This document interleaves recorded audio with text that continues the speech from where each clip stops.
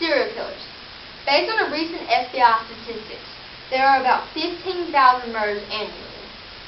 The FBI estimates that there are about 25 and 50 serial killers working throughout the U.S. at any given time.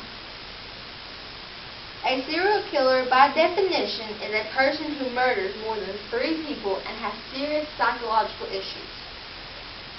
Many serial killer crimes take place over more than a month. However, serial murder is relatively a rare event. But not only do serial killers have serious psychological issues, but there are some very notorious serial killers and some that have not even been caught. To kill multiple people and have no regret for it, there must be something psychologically wrong. A condition that many psychologists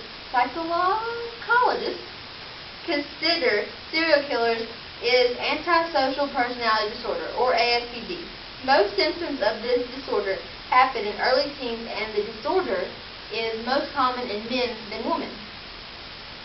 According to DisturbingHorror.com, many people with this disorder will act out in such ways that show little to no safety to themselves or anyone else. The only difference between psychopaths and ASPD is that psychopaths feel guilt and remorse. Many studies have even found childhood abuse, such as physical, mental, and sexual, to play a factor in some of the most notorious serial killers. 2 of the most notorious serial killers were Ted Bundy and Jeffrey Dahmer. Ted Bundy was not only a serial killer but also a kidnapper, rapist, and necrophile. According to ScoopWhoop.com, Bundy operated in multiple states and confessed to killing 30 women and maybe more. Not only did he kill, he would revisit crime scenes and participate in sexual acts with his dead victims. Bundy also decapitated about 12 victims and kept their heads as trophies. Bundy died in 1989 by the electric chair, with the words from his own attorney calling him the definition of heartless evil. Not only was Bundy a rapist and serial killer, but as was Jeffrey Dahmer. Dahmer dismembered 17 men and boys between 1978 and 1991. Not only did Dahmer dismember his victims, but he also indulged in necrophilia and cooking and eating body parts of his victims. He was caught after a victim overpowered him. He was sentenced to 15 life terms. However, he was beaten to death while in prison 2 years later. Even though many serial killers are caught, many actually go uncaught. 2 of the most notorious serial killers who have never been caught are the Axeman and Jack the Ripper. During the early 1900s, the Axeman would break into homes and savagely hack his sleeping victims with an axe. But honestly, no one really knows how many people was killed by him. According to Altered Dimensions, the Axeman was and has never been identified.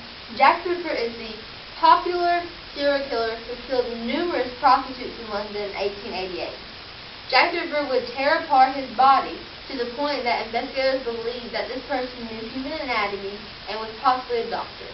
The Axeman and Jack the Ripper were never caught, but they still remain infamous mysteries. Serial killers are not your normal murders. Serial killers kill more than 3 people over months or years, with a break in between. Serial killers definitely have psychological issues.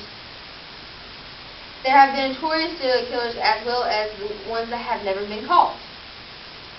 It is definitely known that serial killers are not the norm. Now I have a video.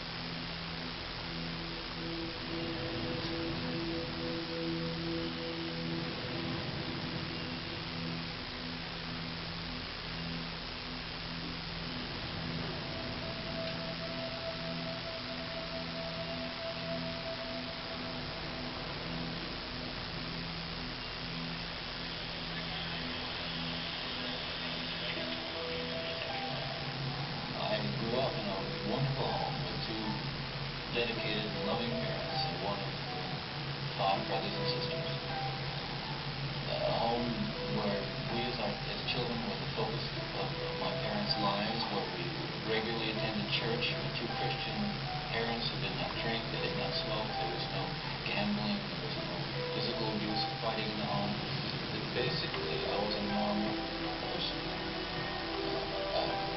I wasn't some guy hanging out at bars with a bottle. I wasn't a pervert in the sense that, people can look at somebody and say, I know there's something wrong with them, and just tell. I mean, I was essentially a normal person. I had good friends. I lived a normal life, except there was one small but very potent, very destructive segment of it that I kept very secret, very close to myself. I didn't let anybody know about it. And part of the shock and horror for my dear friends and family years ago when I was first arrested was that there was no clue. They looked at me and they looked at the all-American boy. And it happens, it happened in stages, gradually. It doesn't necessarily, not to me at least, happen overnight. My experience with, I'd say, pornography generally, but with pornography that deals on a violent level with sexuality, is that once you become addicted to it, and I look at this as a kind of addiction, like an addiction, you keep craving something which is harder, something which gives you a greater sense of excitement, until you reach the point where the pornography only goes so far. You reach that jumping off point where you begin to wonder if maybe actually doing it will give you that which is beyond just reading about it or looking at it. I'm no social scientist, and I haven't done a survey. I mean, I don't pretend that I know what John Q. Citizen thinks about this. But I've lived in prison for a long time. And I've met a lot of men who were motivated to commit violence just like me. And without exception, every one of them was deeply involved in pornography. Without question, without exception, deeply influenced and consumed by an addiction to it. There's no question about it. The FBI's own study of serial homicide shows that the most common interest among serial killers, those of us who have been so much influenced by violence in the media, in particular pornographic violence, are not some kind of inherent monsters. We are your sons and we are your husbands. And we grew up in regular families. And pornography can reach out and snatch a kid out of any house today. It snatched me out of my house. It snatched me out of my home 20, 30 years ago. And as diligent as my parents were, and they were diligent in protecting their children, as good a Christian home as we had a wonderful Christian home, there is no protection against the kinds of influences that are loose in a society that tolerates.